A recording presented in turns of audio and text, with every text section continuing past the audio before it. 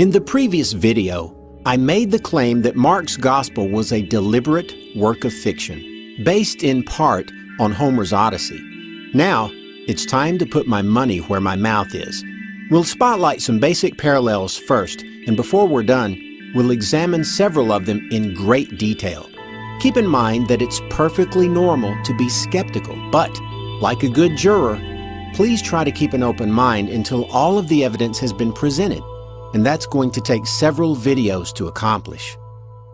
In the Odyssey, we learn that Odysseus is a man who will undergo many sufferings, be set upon by rivals in his homeland, visit Hades, the land of the dead, and return alive to tell about it.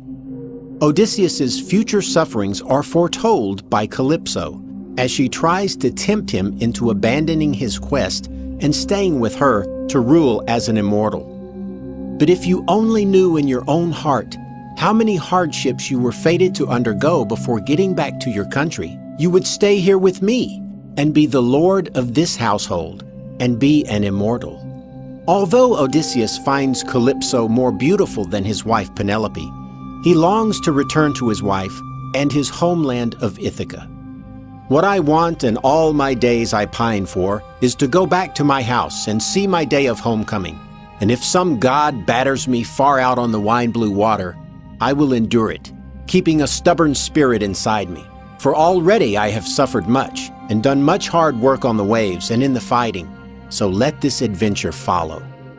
Odysseus says that no matter what hardships may follow, he will endure them in order to get back home.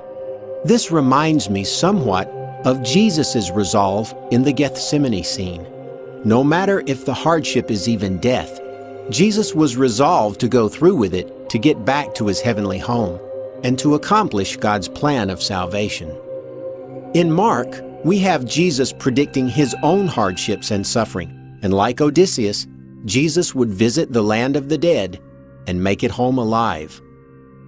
And he began to teach them that the Son of Man must suffer many things and be rejected of the elders and of the chief priests and scribes, and be killed, and after 3 days rise again.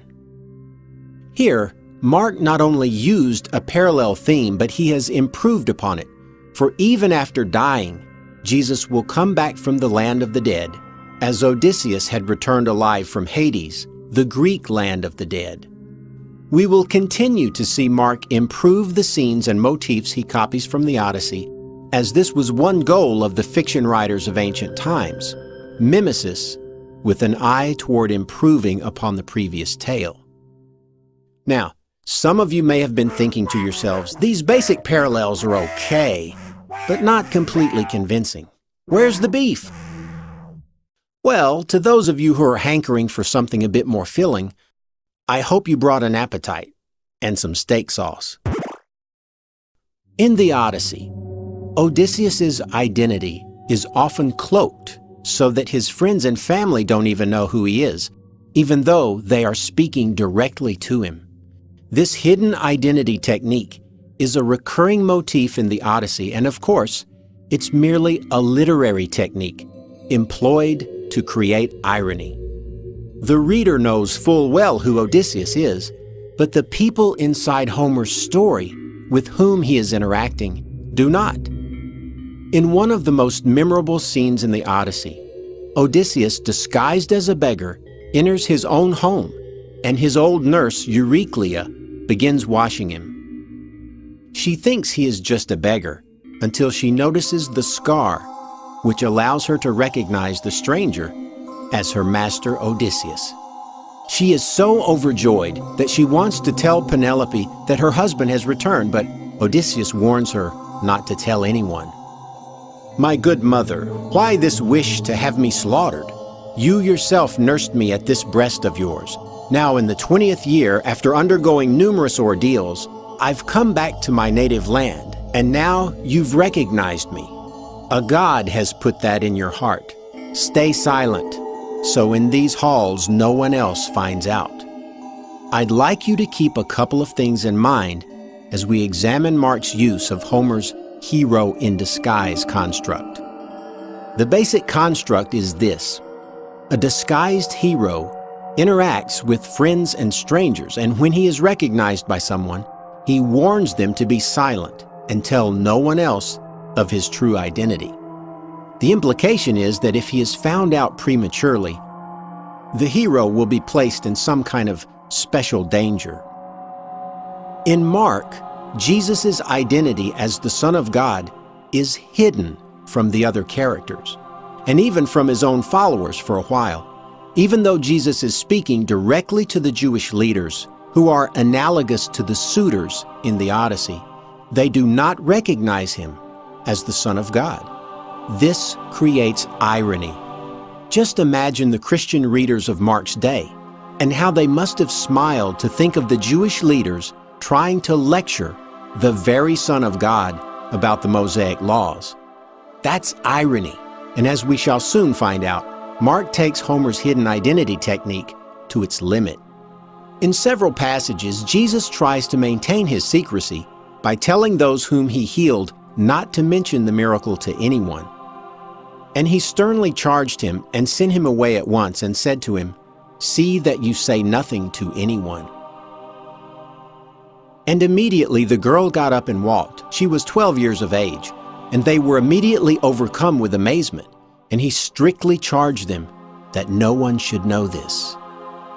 Mark makes Jesus command everyone to keep mum about his true identity so that Mark can have ample opportunity to employ irony throughout his tale.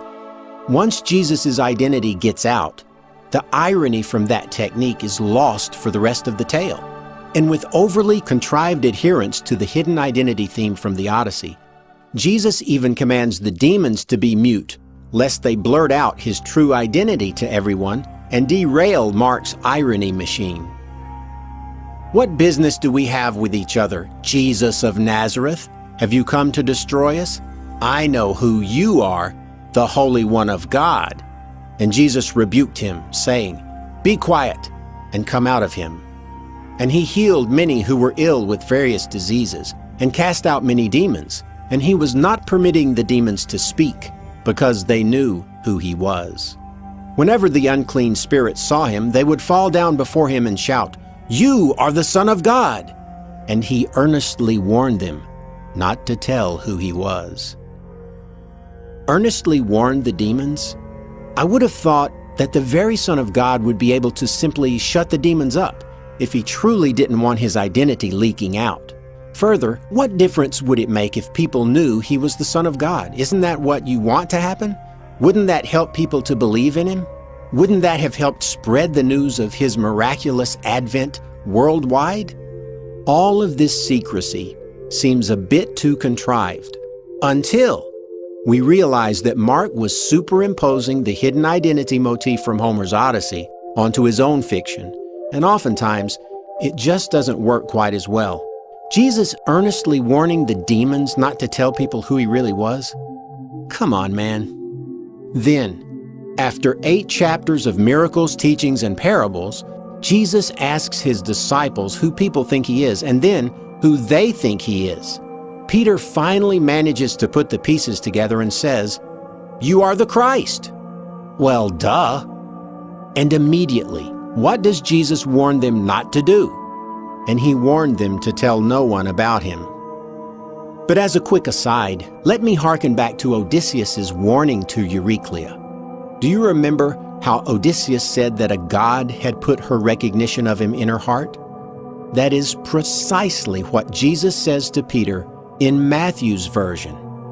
Simon Peter answered, "You are the Christ, the Son of the living God." Jesus replied, "Blessed are you, Simon, son of Jonah, for this was not revealed to you by man, but by my Father in heaven." Is it possible that Matthew also knew of Homer and was using the Odyssey to actually embellish Mark's version?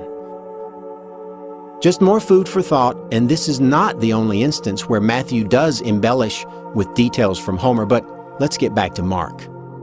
In the 7th chapter of Mark, Jesus heals a deaf man with a speech impediment by putting his fingers in his ears and spitting, then touching the man's tongue and saying the magical phrase, "Be opened."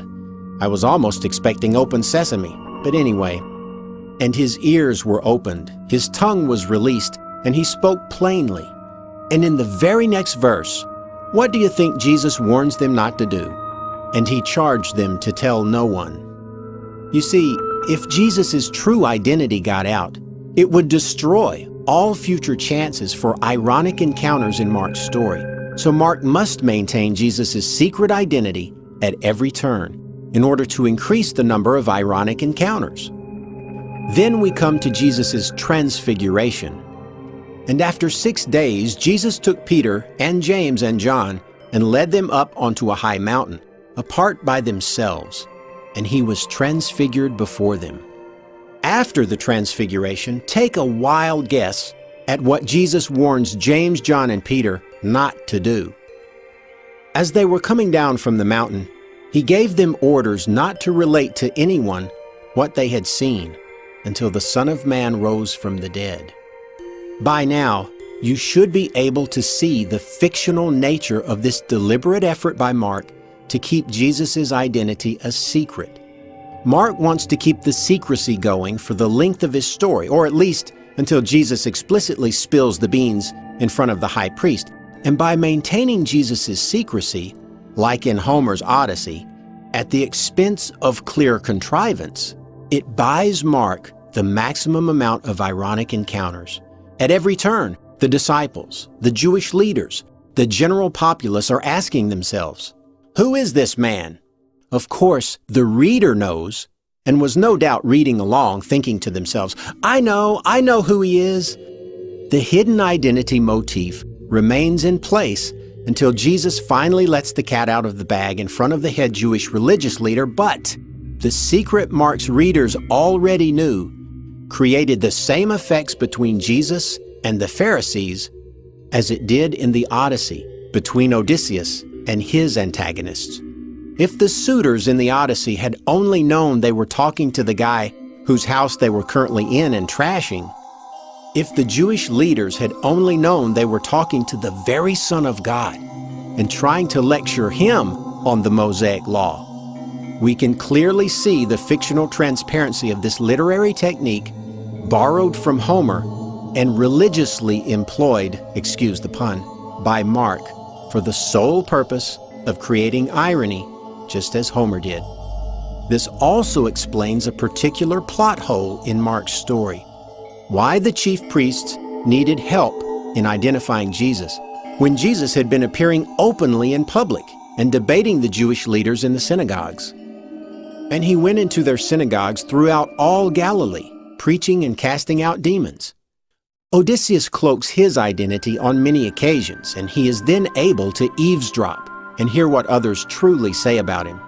But this is unnecessary when it comes to the suitors of Penelope, the guys ransacking Odysseus' home, because Odysseus has been gone for years, and they had no idea what he looked like, and even uncloaked would need someone to inform them of his identity. The suitors in the Odyssey are analogous to the Pharisees and Jewish high priest in Mark's Gospel, the enemy, as it were. The suitors had no way of identifying Odysseus without help, and likewise, though Jesus allegedly appeared in the synagogues and preached in front of everyone openly, the Jewish leaders still needed a bit of help in identifying Jesus. This obvious plot hole was caused by Mark taking the hidden identity motif of Homer a bit too far in his zeal to improve upon the master.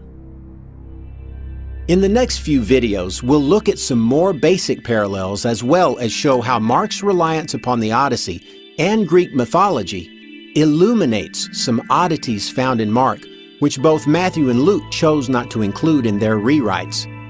We'll also examine several of these parallels in great detail. So come hungry and get here early. The main course is yet to come.